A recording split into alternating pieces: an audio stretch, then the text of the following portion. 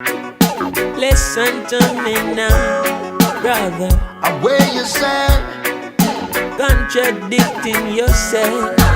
Chronic Salbarossi tell them say, Listen to me now. contradiction is global. Yeah, contradiction global.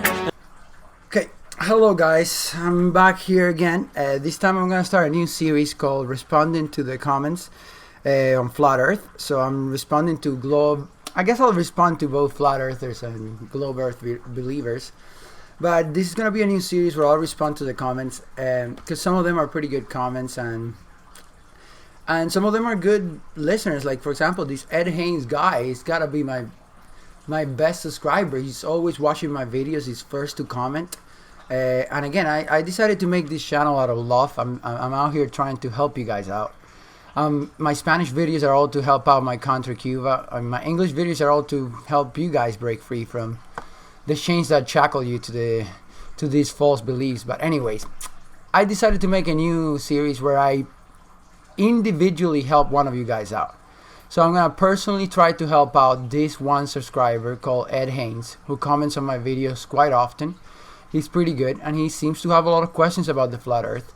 So in this series we're gonna try and help him specifically out understand the truth. So we're gonna start here. So his name is Ed Haynes and we're gonna go tackle his comment down and see where we can get.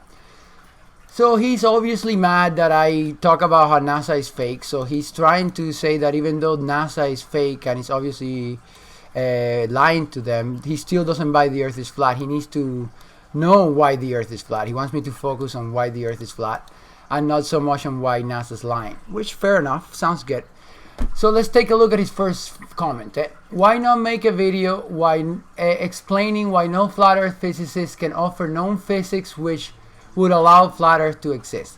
So right there, luckily for you, you're talking to the only one that I know of that have provided such physics. So in case you don't know, Ed Haynes, I've said it before, I am an engineer, and once I finished my undergrad, once I was done my undergrad and I was working towards getting certified internationally, and I was working on my fundamentals of engineering exam, I wrote like a 30 to 40 page essay on why things rise and fall, on the physics of flat earth, leaving without a doubt very clear how all the physics worked on flat earth way better than Newton or any of these globe earthers ever did, right? And instead of like posting it myself, since I had no followers at the time, I had lost my previous channel, I gave it to Eric Duvey, which has like the biggest where is the Eric Duvey video? Because he has it on YouTube, but they might have taken him down. Let me go there real quick. I'll show you.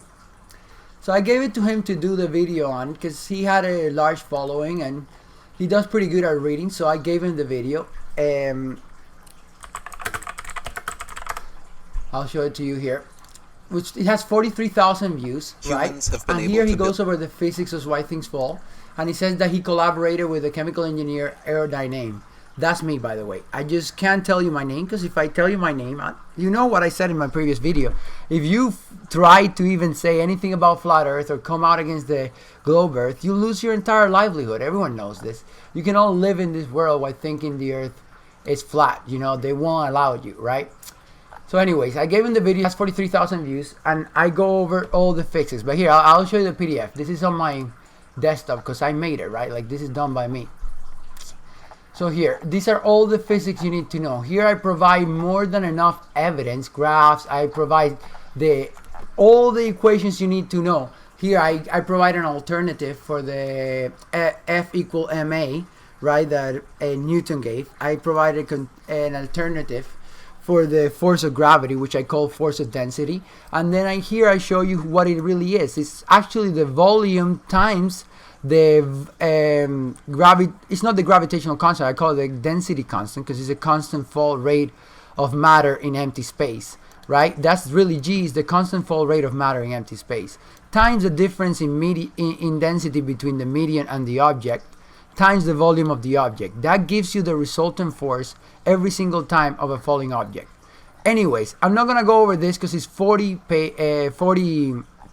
pages long, and Eric Dubé already did a great job of reading it for people who don't want to read it themselves. The PDF is in the comment section. You can look at it yourself. Not only that, I added these examples to the PDF, which Eric Dubé didn't go over because it's more complicated examples from advanced engineering examples such as Archimedes' crown, right? Where I go over how clearly the Earth is flat and how clearly my equations are superior to the equations given to you at school by like your physics professors, given by Newton in his nonsense paper, right? I give you a much faster, much better way to do advanced engineering examples such as Archimedes' crown, like to find the density of a gold crown, right? I give you a much faster way to do it using my formulas, right? A much more efficient way, right? I go over very advanced, detailed examples of engineering on how to actually flat Earth physics work and how it is impossible for the Earth to be round, right? I even debunk what's his name, the so-called what's his name? I forgot the name of that guy, Adam Cox or Brian Cox experiment, right? Where he did the vacuum experiment. I show how my equations about density are consistent with the fall rate and what we observe in that experiment, and how we see both the feather and the bowling ball fall at the same rate in empty space because they're both infinitely denser than the space around them, right? Empty space is always infinitely less dense than any matter. Doesn't matter how like a single atom of air, right, is infinitely more dense than empty space. Do you understand this? Doesn't matter how little density it has, it would always be way more dense than empty space, like infinitely more dense. That's why things fall at zero, and I provide the limit the limit question here, and I solve it as a limit equation approaching zero, and you can see why it gives you that fall rate. But anyways, I provide very good densities. You should go at this video, Why Things Fall and Rise. I wrote all the PDF and all the physics for it, and you can take a look at it right there. You have a PDF, you have a place in the Dropbox to take a look at the PDF, and it comes with advanced engineering examples that you can take a look at. So anyways, now let's take a look at on another one of your questions. Why not make a video which explains those tools which work great on this planet but which cannot function in a stationary flat planet? Man, I've made plenty of videos of that. Some of them are in Spanish, unfortunately, so I actually haven't done any of English. But I mean, there are so many examples of why nothing works on the globe Earth. The seasons cannot work on the round Earth. The stars cannot work on the round Earth. The fact that there's the same stars over millennia after millennia, despite all the movement that we're supposedly doing, do not work on the round Earth. There is absolutely nothing that works on the round Earth. The round Earth does not make any sense whatsoever. And I'm going to make a whole video about that, but I thought you wanted me to go over why it's flat. If all of a sudden I start making a video on why the round Earth doesn't work, you don't like that, right? But it doesn't matter. We'll keep going. Why not make a video which explains why no flat Earth cartographer is able to draw a scale map of the flat Earth? That is the dumbest question you said, bro. And I don't mean to insult you or anything, but that's a pretty dumb question because absolutely no one ever in the history of the Earth has ever used a round map. No one has ever used a globe to traverse, to fight wars, to like explore. Every single person, whether it is Christopher Columbus, Hitler, anyone who's ever gone to war or like gone to explore, no one ever has used a globe to do it. Everybody, when you look at people looking at a map, you will always see that the people looking at a map are looking at a flat map, usually a map like this, or are looking at a freaking map over a table. I have never seen anyone looking at a map on a round surface. Absolutely no. Every single map there has ever been written is been flat. So the fact that this guy said in a question is like, oh, what did he say? Can you tell me why no cartographer can draw a scale map of the flat Earth when all maps are flat? It's like, that's the dumbest shit I've ever heard, man. Like, what are you talking about? Like, do you understand that all maps are accurate and all of them are flat? Like, what are you talking about? All cartographers have been able to draw a map that is flat. Like, what are you talking about, man? Hitler over a map. Watch this. Look at that. Do you think that map is on a circular table? No, bro, that map is on a table, man. Everybody looking at a map. Whenever they're looking at a map, bam, they're looking at a table which is flat. So you're saying all their maps are inaccurate? Because come on, bro, that's the question you say. Like, why has no cartographer been able to draw a scale map of the flat Earth when all maps are flat? Literally, all maps are flat. You know what I mean? That just debunks everything you're saying there. All maps are flat. So every depiction of the Earth that's ever been accurate depicting land has been depicted on land, on flat paper. So that just debunks everything you've ever said right there. And now, why not make a video which explains why no flat Earth science can offer just one fact which is specific to the flat Earth, which is supported by scientific evidence? Right? Man, there's like a millions. What do you mean no one can do that? I'm technically a scientist. I'm a chemical engineer. That goes right under the definition of scientist, right? And I can tell you, I just gave you the density one, right? Density, it debunks all of gravity in one single swoop, right? The fact that the Hindenburg is a thing, right? Right? Like, I know you may not know because you actually don't know anything about physics, right? This is what you're talking about, a thing. The Hindenburg, look at the Hindenburg, like the fact that you can have a Zeppelin that is not made with deflated air, it's not a hot air globe balloon where when it's in the floor is deflated, right? Because then there will be volume displaced. I'm talking about a Zeppelin. The Zeppelin is something that it displaces the same volume of air in the floor and than in the air, right? Let's take a look at this. It's displacing the same amount of volume once it's parked on the floor than when it's on the air because it's a solid structure. It's a solid structure with a fixed volume, right? The fact that this solid structure is able to fly by simply changing its density debunks everything about gravity, right? What I'm trying to say is, if I take all the helium, or yeah, it was helium what they used for this one, out of the Hindenburg, right? It will go on the floor and it would literally be way more than the air. It would just be falling in the air, right? However, this is where it debunks the whole thing, because when I start adding mass to it, I add helium to the Hindenburg, right? It will start floating up and it will go all the way up. And if I heat it up and expand that helium, even more going to go up, right? So it's changing the density. By expanding the helium inside, it's going to change the density and make it go up, right? So, but I'm changing the same amount of volume, right? So the so-called, when they go, because sometimes they say with hot air balloons, or they say, oh, hot air balloons fall because the density, the displaced volume is different, right? Because once it's on the floor, it's deflated, right? But once it's up, it's inflated, so the amount of volume displaced of air changes, therefore that's why it rises. And they try to tell you it's buoyancy because it's displacing. But the Hindenburg kills all of that, because the Hindenburg has the same buoyancy on the top than at the bottom. It's the same buoyancy because it's displacing the same amount of volume and air, right? So the only thing that changes in the Hindenburg is the internal density. The fact that the Hindenburg only changes its internal density and is able to change its elevation disproves gravity right there and then, because it does not displace less volume. It displaces the exact amount of volume in the floor than it does up. So there you go. That's one single fact I'm able to point to. Not to mention, like, if I go to like record long distance photo right there, that's another fact right there. That should be impossible given the curvature of a sphere.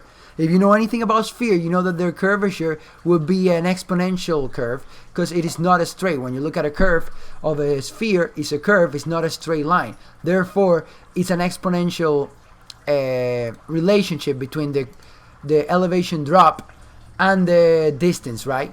But if you see this, you're photographing a 440 kilometer high mountain at 440 kilometers distance. That's impossible, because I can tell you right now it's not 1-to-1. I don't even need to do the math. And I can tell you that the relationship between elevation drop and distance that you're looking at an object, it is an exponential. It's not a straight line. It's not x equal y. You know what I mean? It's y equals x and an exponential, either, you know what I mean? Because it's a sphere, it's a curve. So because of that, it cannot be 1-to-1. So I cannot photograph a 440 kilometer high object at 440 kilometers distance, because it's impossible. It's just not 1-to-1. You know what I mean? So there you go. Any fact that I point to just absolutely immediately destroys what you talked about. Now let's take a look at another thing. The last question you had here. Why not make a video offering flat earth claims which do not require complete faith in impossible government conspiracy theories. Unbelievable. I just did right now, right? This video right here proves it. I'm gonna make more videos. I'm gonna do an extended video on my own PDF, on the PDF that I did with, and I'll show you on density, and I'll show you. I'll explain it better than Eric Duvey did, but it'll be pretty long, a lot longer than Eric Duvey, because obviously I just wanted him to be more commercial. But here you go. I want to show you something. You said it was impossible government conspiracy, but if you look at this video that I had posted there, it is obvious. It's not impossible. It is obvious that it's conspiracy theories. It's not impossible. It's obvious. It's very different because I can show you straight to your face that these guys are lying to you. Look, I'm going to show you just one video that shows that it's not an impossible conspiracy theory. It's actually a fact that these guys are lying to you. Okay, this one video. Okay. This one video right here proves that they lie to you. Interessante systemen. Hier achter deze panelen wordt de urine opgevangen. En, oh, there you go. You see what just happened? Oh, you even heard it. You see what just happened? There you go. When that guy took off the pin or the screw from the wall, the pin or the screw fell directly to the floor instantly. And he had to look for it. You can even hear the ping drop when he hears the metal on the floor. Do you understand that means that they're not in space? Do you understand that it's impossible for you to be in space in free floating gravity and for anything to fall, let alone at that speed? How is it possible for that to fall? Right? There you go. That proves immediately there. That single little blooper right there proves that they are faking everything. All the footage right there. Not to mention all the footage that I showed you in the previous video and all the footage before that. They're fake, bro. It's super clear. If you look at my videos, you know they're fake. I think you just commented and didn't look at the video. Because every single day I put another proof that NASA's fake. One thing you cannot even debate is that NASA is lying to you. Because I have so much proof, bro. I post so much proof in my channel. You cannot say that they're not lying to you. I'm going to go play this again for the people who don't get it. This is impossible, brother. Impossible. bij de rust, maar interessante systemen. Hier achter deze panelen wordt de urine opgevangen. En, boom. There you go. Look at this idiot. Boom. It fell. Oh, how do you explain that, bro? You don't get it? It's just okay to fall? Things can fall in space? Bro, you're an idiot, man. Look at this guy pretending he's floating in a wash and grab, but the things are falling. But screws are falling on the floor, man. What can you do, man? You can lead a horse to water, but you can't make it drink it. If you show someone this video and they still think that NASA is not lying to them, what could you possibly do? You know? Contradiction global. That's it, man. These guys just hold a million contradictions in their mind. Contradicting yourself. Politician and gunman a link. So contradiction, run the thing, yeah.